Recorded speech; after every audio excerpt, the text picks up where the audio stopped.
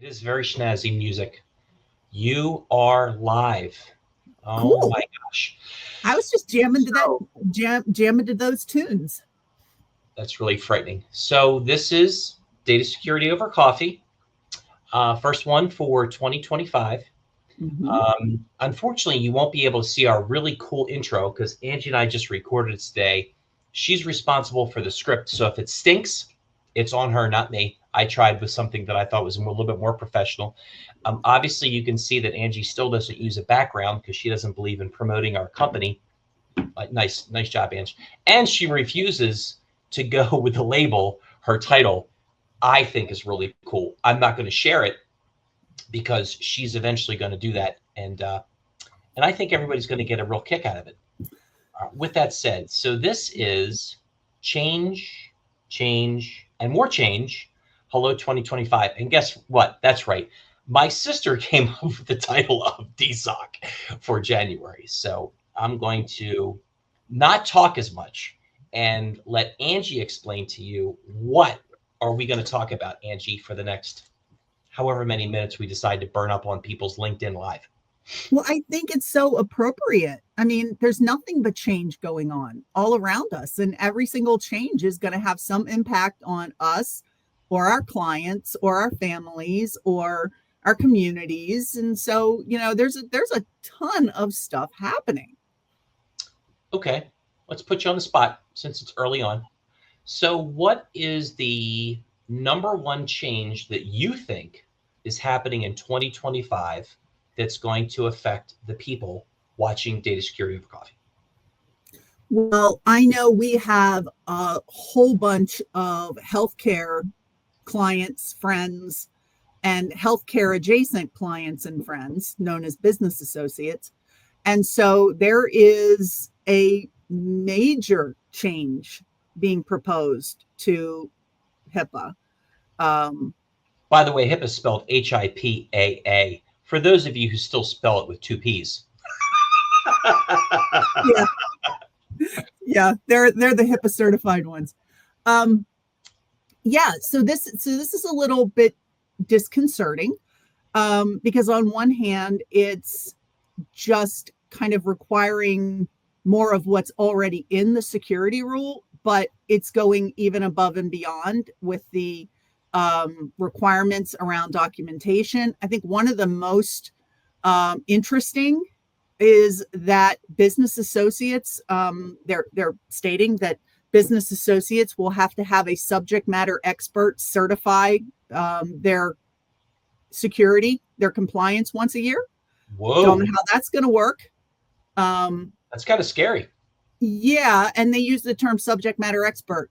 I don't know what that means. That definition is kind of troubling to me because we have friends who have like an IT dude who's certified in Lotus Notes, and they think he's an expert. So so that's the kind of stuff that concerns me. Um, so it just reinforces the fact that continuing to improve your cybersecurity maturity is going to be really, really crucial in 2025. Now, I have to put the caveat out there, just like everything else that has come down the pike, this could get completely thrown out the window because it's a regulatory change. So who knows? Maybe it's going to be a total free for all, and we'll just, let everyone have access to everyone's medical information and be done with it. I don't know. But it does appear to be a very big change. It's a 300-page document. I am working my way through it. And also, it's up for public comment from now until March 7th, I believe. So Okay. I fully intend to submit some comments on our behalf and kind of some things I think in terms of working with the clients that we've worked with. So just from purely business perspective, that's one of the biggest things. I just opened up the chat. Ryan McShane from such a long time ago. How are you? Ryan McShane says, so glad you said that. HIPAA, pet peeve of mine with two A's and one P. Followed up again by SME is an anomalous term meaning different things to different people. Ryan, it's great to see you, man. I'm so bummed. I never get to see the comments. Well, sorry about your luck. And oh, there are 135 people watching along with Ryan McShane today. So continue, Angie. What are the other big changes coming down the road? I don't believe you. I think there are probably 3. One of them is probably my mother. I don't know. I don't know that. Don't pick on Mary. Leave Mary alone. No, I mean, she's a big fan. So I wasn't picking on her. I was saying I'm positive she's watching. So what are the other changes? Get to them, Keating. Well, I mean, the kind of drumbeat around what federal programs are going to be, funded and not. I sit on a board of directors for a local charity, local nonprofit. You run a nonprofit. It's kind of scary times because, we do really, really important work at Family Services of Blair County. And it was already going to be a lean year as it related to grants. So the impact on real people's lives, domestic violence victims, child abuse victims, all of those programs, intellectual disabilities, daycare programs we do, helping homeless, all of that stuff is really dependent on those grants. So that kind of has me just borderline terrified for what that's going to look like. I mean, what do you think that's going to look like for you as far as Farming to Freedom? Well, as far as Farming to Freedom goes, our funding is primarily through direct donations of individuals and the public. So at this point in time, our revenue stream has nothing to do with grants, unlike what happens with family services. Mm-hmm. So, we're fortunate in that respect. Now, that doesn't mean that as the program grows and we start to spread out through Pennsylvania and then eventually start to model a program that we will roll out nationwide, that obviously those kind of grant programs will become important for us. Yeah. I think that the thing I'm curious to find out about is, people are in the beginning of the year, they've gotten through the holidays and now they're getting ready to roll into, February and Valentine's Day. And, what are the things that you see or what are the things that you read about that should be a concern for organizations? It could be maybe it's related to cybersecurity insurance. Maybe it's related to insider threat. I'm trying to throw you some softballs. Maybe it's related to whatever. But what are those changes or what are those challenges that people really are going to have to sit back and go, oh my gosh, I need some help? Well, I really think it's time to get out those business continuity and disaster recovery plans and get those touched up. And I also think it's time to get your incident response plans updated. And one of the scenarios you definitely want to work through is loss of key people. So just for instance, when you think of, I think the federal government employs 2 million people. And so if you have somebody on your staff who's super valuable, but their spouse works for the federal government and loses their job, you could be losing one of your most valuable people that's going to be hitting the road.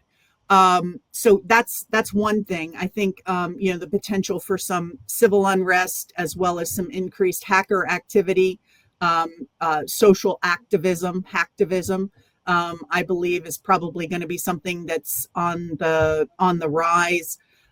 But I think also that when we talk about big changes, we had a pretty big plan this year to do a massive rooftop solar project on our own building. Right. That's completely put into disarray now. I don't even know if that will happen. And, our plan was not only to generate all of our power through solar. Our clients have been asking us, our large global clients have been asking us for our, our ESG plan. And that was a huge critical component of it. Also being able to offer our employees the ability to charge their electric vehicles while they're at work. So right. that kind of stuff is up in the air. So if you're a contractor in business, and you're installing solar panels, that could be a problem. I think that from an insurance perspective, I think that the requirements around what you're going to have to document to your carrier to get cyber liability coverage, or to keep the coverage you have, or to be able to afford coverage, is going to be largely dictated by what you can prove you do. And so I see us doing a lot more questionnaires for folks when their carriers send them the questionnaires. I see us doing a lot more validation work for them. So those are some of the other changes I see on the horizon that make me a little trepidatious about the year. So I'm going to try something that we've never done before. So if it goes wrong, it's my fault. Okay. And Ryan McShane, I hope that you're still there. So we're going to try something new. And there it is. Look at this. Look how cool this is. Ryan McShane, by the way, very handsome picture, Ryan. If you're looking for employment, by all means, that picture is going to make it happen for you. As a 20-year HR person, delighted to hear you mention focus on people and talent. Yeah, for sure. So let's talk about, let's bring Ryan into the conversation. We start talking about people and talent. So you're at InfoSec. You've been there for, Angie, meaning not Ryan, Angie. You have been there for a very long time. I won't date you and tell people your age.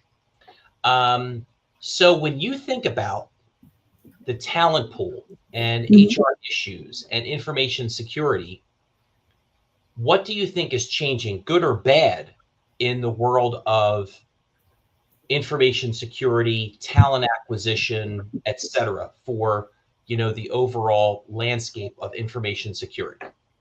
Well, on that front, I think there are some really positive things that are going to happen for companies like us. We went remote with our cybersecurity consulting practice during COVID, and we haven't looked back. We've grown. Our team is stronger than ever. And so I'm excited. Every time I see a return to office, that just tells me that big company is going to lose their absolute best and brightest. And that means when we need to hire, they're going to be the cream of the crop that we're going to have the good fortune to attract to our company because we do that. And I think that also speaks to, to make remote work, you have to have a mature leadership team, and you have to be able to run your company, run your business, and manage your people based on objective metrics. Not, did I see Bob sitting in a seat today? And we run our business on very objective metrics. So I'm excited about that part of it. I think there are also going to be some folks who, if they end up coming out of the federal space, I think there's going to be some big talent there. And especially in light of what's happening with CMMC in the defense industrial base, there are going to be some really talented people that are going to be coming out and available to companies like ours when we're looking for talent. Very cool. Oh, see, Ryan, I was really afraid that my comment about your picture and getting a job had scared you away, but based on the very long comment you have, you were just typing like I do. I take a really long. Wow. Okay. It comes down to three things: people, processes, and systems. It's a three-legged stool. Equal focus must be made to each leg. People can't be an afterthought. Ryan is definitely an HR warrior. I really like this a lot. It's funny. I was having this conversation with one of the people we work with about culture and environment. And, the change that they talk about in 2025 is how do they get incentivized and rewarded for going above and beyond? And in many cases, it's really about an individual plan. It's about, you can't just simply any longer say, well, everybody's going to get the same thing. Now, we're fortunate because we're a small company, but at the end of the day, there's something to be said about being able to individualize that plan. Ryan makes a really, I think Ryan should be on our show. We have to figure out a way. Yeah, why don't we have Ryan as a guest sometime? We need to do that. We need the leadership to espouse the people-focused servant leadership. Couldn't agree more, Ryan. And we also have another friend on there. Tom Kosminski, who asked about grant writers, but that's like really far back. I don't remember talking about grants, Tom, so I can't. You got to come up with a different comment, Tom. So it was interesting, though. They talked about an individualized plan, and in their example, they wanted to be evaluated on the type of value that they can bring into the business that wasn't necessarily monetary. So as an example, how can they in their job make processes more efficient? And we started having the conversation the other day. Well, actually, I started having the conversation yesterday. And we were talking about the efficiency of processes. And we walked through an example. And in the one example that they used, which I cannot explain to you, this whole thing about connecting ConnectWise to Fireflies or whatever, I have no idea. We literally, in that process, saved 8 hours. Yeah. And we took the average cost of what 8 hours, so my point is that there is a way for people to add value that isn't always just simply driven by the dollars and cents necessarily directly like a salesperson. Ryan would like to be on our show. Ryan, I promise you, I'll reach out to you and we'll get you on because it'll be great to see you again. Well, I'm glad you said that because, you and I often what specifically, because I've said a lot of things about helping people be incentivized by something that's not all about money. And you and I come at things from very different perspectives. Right. So I'm wrong and you're right. That's normally how it works. No. You tend to be more conservative leaning. I tend to be more liberal leaning, and we generally meet somewhere in the middle. But on this, called a moderate, by the way, that's called a moderate. But go ahead. But I have come to a very traditional view. Business is a game, and the way we keep score is money. That is a fact of life. No one is going to give up their paycheck for pride in their work or feeling valued in the company. And so one of the coolest things I think that, and I'm super excited about, is you and I made the decision that we were going to double profit sharing in 2025. And we pay profit sharing on pre-tax profit, and we don't monkey around with the numbers, with no depreciation, no amortization, just raw bottom net profit at the end of a quarter. Used to be 10% split among the team. Now it's 20% in 2 different buckets based on leadership and staff. And I specifically did not tell people how much it was going to be. And the coolest thing professionally that happened to me was a phone call I got from one of our staff members. And his first word was, "Angie, wow. I knew you increased profit sharing, but wow." And I'm like, yep. And guess what? Hopefully there's at least 3 more like that down the road this year. That felt super, super good. That felt way better than you and I taking that 10%. That felt awesome. So that's the kind of environment where, I want people to know that they're not just dollars and cents, but when this company makes money, I want the people that work here to share in that money. They're helping us put the points on the board. And so they should be sharing in the rewards. And I mean, we have an amazing culture, and we have an amazing team. We're not perfect. I'm sure there's stuff we could do much better, and we'll keep trying to improve.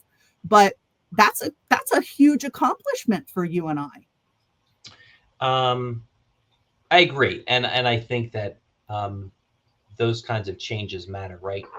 You and I are getting ready to go to Houston next week for our Evolve peer group meeting. Mm-hmm. And had a great fourth quarter, had a great year. Mm-hmm. One of the personal milestones was around revenue, and we were able to get there as a collective. So I thought that was really cool. Mm-hmm. But one of the things, I'm going to put Angie on the spot now, and she's not able to click off because I have the clicker button.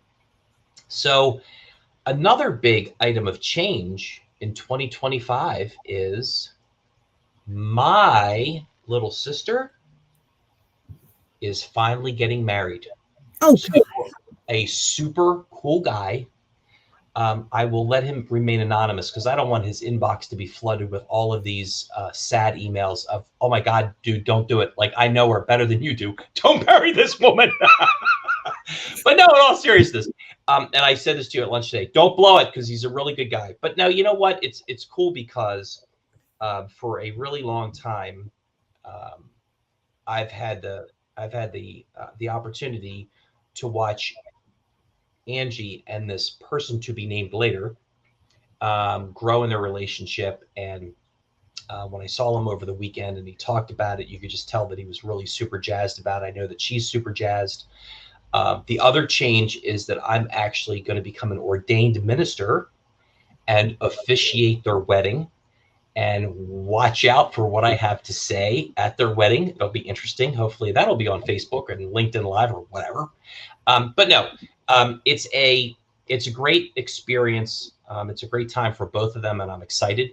I'm excited about the year because we have a lot to look forward to. We can be bleak if we want to. We can be dark and scary. And, I understand that everybody feels differently about what happened last year with the election and so on and so forth. Here's the reality. We talked about this already. We have a plan. We got a really good group of people. We are forecasting to grow at a reasonable level where we have to stretch but not break anything. We do a really good job with our customers. As Angie said earlier, we're not perfect. We have room for improvement, but we're genuine and we care about people and we want to grow a business that's sustainable. So I'm excited about 2025. I'm even more excited now that I'm able to learn how to use these buttons and look, and even Shane thinks, congratulations, Joe. How awesome is that? Is that great or what? I've learned how to use the new button, so I think that's exciting. We have this other thing that I learned how to do, although I don't know if I'm going to be able to necessarily do this or not, but I'm going to try. I'm going to really, really try. So with all of that said, because I've also in 2025 decided that when Angie and I argue, I'm going to let her have the last word, which is typically yes, Joe. But in data security over coffee, I'm going to let her have the last word as well. So Angie, what would you like to wrap up with for January's data security over coffee about change and more change, blah, blah? It's all you. I think I would just say that it's kind of what I just keep hearing in my head. Just breathe. There's going to be a lot of change, but I know for our clients, they have really good vendors that can help them through the technology changes. Hopefully they have good people in their life that can help them through the personal changes. And I have really strong faith that this is going to be a really incredible year. And I absolutely love our clients. I don't know if I'm allowed. I know. Well, the other big change for us is what we just became a member. I know I'm not allowed to say. You can't say that. That's going to be a super duper special announcement with rocket ships and fireworks. But what you can do is you could remind people that in the month of January, and you know what, because we own the company, we can extend it if we want to. But in the month of January, if you reach out directly to Angie, don't reach out to me because I don't answer my email. We will help you with policy review, because guess what's happening? People are getting overwhelmed. They're not updating their policies. It's causing them a lot of aggravation. Some cyber insurance companies are not going to renew your policy. And Angie loves policy work. It is one of her favorite things to do because she's a freak. So Angie at Reclamere.com. Let me say that again. Angie, ANGIE at the @ Reclamere. I'm not going to spell it .com. And she will be glad to help you with policy review. And with do you remember Ron Popeil? Remember the infomercial guy? When you started that out, Ron Popeil, the guy who had the Vegematic and all that. But wait, there's more. The Ronco. Yeah. Okay. When you started out this whole pitch about in the month of January, you sounded just like a Ronco infomercial. Well, I want you to know that sometime I'm gonna figure out how to do Crazy Eddie. Do you remember Crazy Eddie? No, that was a Philadelphia thing. I was growing up in Baltimore. I'm sure we had our own You version grew up of. under a rock. Okay. I grew up So in anyway, Maryland. There was some other version of Crazy Eddie down there. so we're going to close this out. We'll be back next month. Not exactly who sure our guest is going to be. We'll figure that out. I'll let you know. Remember, Angie, I can't mute the mic, so you have to be quiet while we do this. But check out Eli Austin at Yazoo Group, great marketing company. There's your free plug. Showed me how to do this, so hopefully it's going to be right. It's really cool. And next month we're going to have an intro video that is going to be even more spectacular. Angie, I will see you in Houston.